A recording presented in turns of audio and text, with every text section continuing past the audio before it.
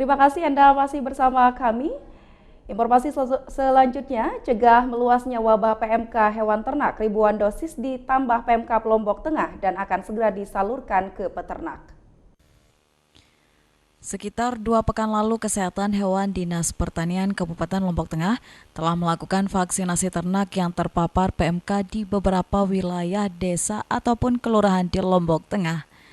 Dinas Pertanian dan Peternakan Lombok Tengah telah menyalurkan 1.200 dosis vaksin untuk ternak yang sehat di sejumlah wilayah yang dinilai terisolir dan masih aman dari penyakit PMK.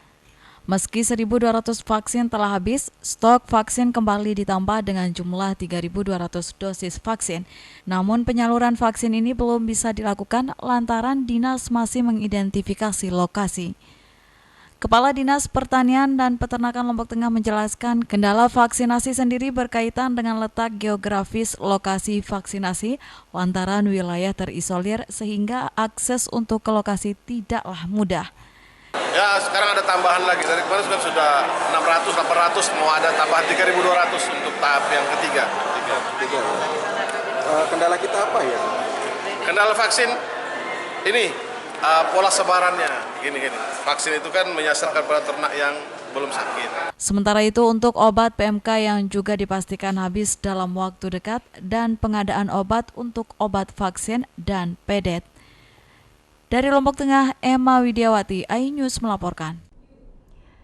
Saudara, pemerintah menerbitkan pembebasan biaya penempatan atau zero cost pekerja migran Indonesia di luar negeri untuk memfasilitasi CPMI serta mencegah pengiriman buruh migran ilegal.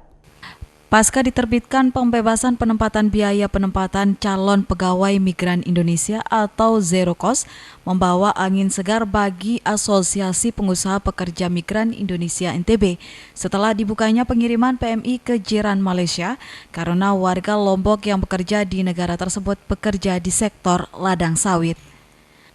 Pembebasan penempatan biaya atau zero cost ini berlaku bagi calon pegawai migran Indonesia yang berangkat secara legal dan masyarakat dihimbau yang akan bekerja ke luar negeri menggunakan jasa pengiriman TKI yang sudah terdaftar di Disnaker. Tadi luar biasa menyampaikan kita punya program Zero and Procedural. Kita berharap perusahaan di Malaysia sama perusahaan di Indonesia itu sama komitmennya. Saya sudah berpesan kepada mereka semua yang ada di sini yang bekerja khususnya di Lombok.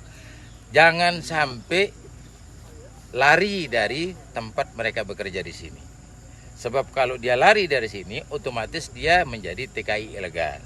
Selain itu, para PMI untuk tetap berada di perusahaan mereka bekerja agar hak-haknya dapat dilindungi. Dari Johor, Malaysia, Vinka Andini, iNews melaporkan. Saudara, kita beralih ke informasi selanjutnya dari masyarakat Sembalun, Lombok Timur yang kembali menggelar ritual adat Ngayu Ayu. Tradisi turun-temurun ini sebagai bentuk penghormatan atas leluhur dan Sang Maha Pencipta sekaligus komitmen masyarakat adat di kaki Rinjani dalam memelihara kelestarian alam. Ritual adat Ngayu Ayu diawali dengan pengambilan air dari 13 mata air oleh pemangku adat dan diiringi tarian tandang mendet dan sejumlah kesenian sasak. Kemudian dilanjutkan dengan memotong kerbau, pembacaan lontar hingga ritual puncak yaitu mapakin.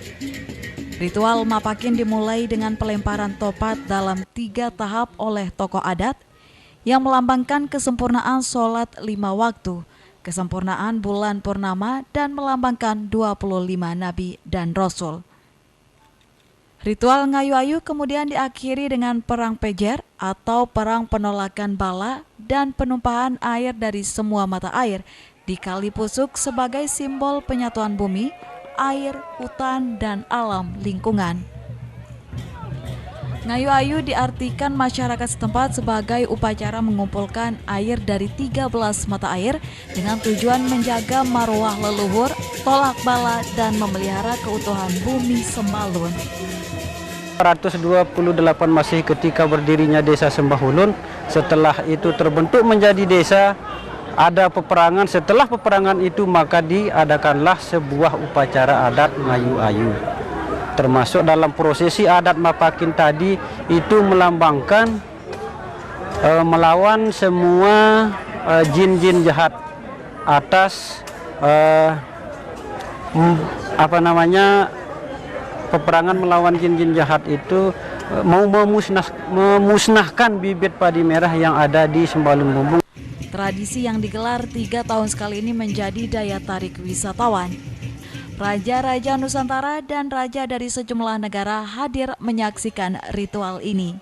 Puas juga pada hari ini saya tengok berbagai adat yang ada di Sembalun ini, yang mana saya tidak pernah lihat sebelum ini. Kalau sebelum ini saya pernah ke Madura, ke 34 provinsi terutama dalam negara Indonesia. Jadi di sini amat berbeza sikit. Saya tengok lebih bagus daripada yang lain-lain lah. Saya tengok adat ni berbeza sikit. Ini adalah satu adat yang begitu unik yang telah saya nampak di sini. Tapi saya tengok pertunjukan belum lagi. Mungkin sekejap lagi ada pertunjukan. Saya boleh tengok di sini. Dan dengan adat dan budaya inilah yang dapat bagus, yang boleh menyatukan di antara masyarakat setempat dan dapat menyokong kepada pemerintah. Tradisi Ngayu Ayu diharapkan bisa menjadi kalender event wisata budaya untuk memperkaya destinasi kawasan kaki Rinjani di samping pesona alamnya yang sudah dikenal dunia. Dari Lombok Timur, Ramli Nurawang, iNews melaporkan.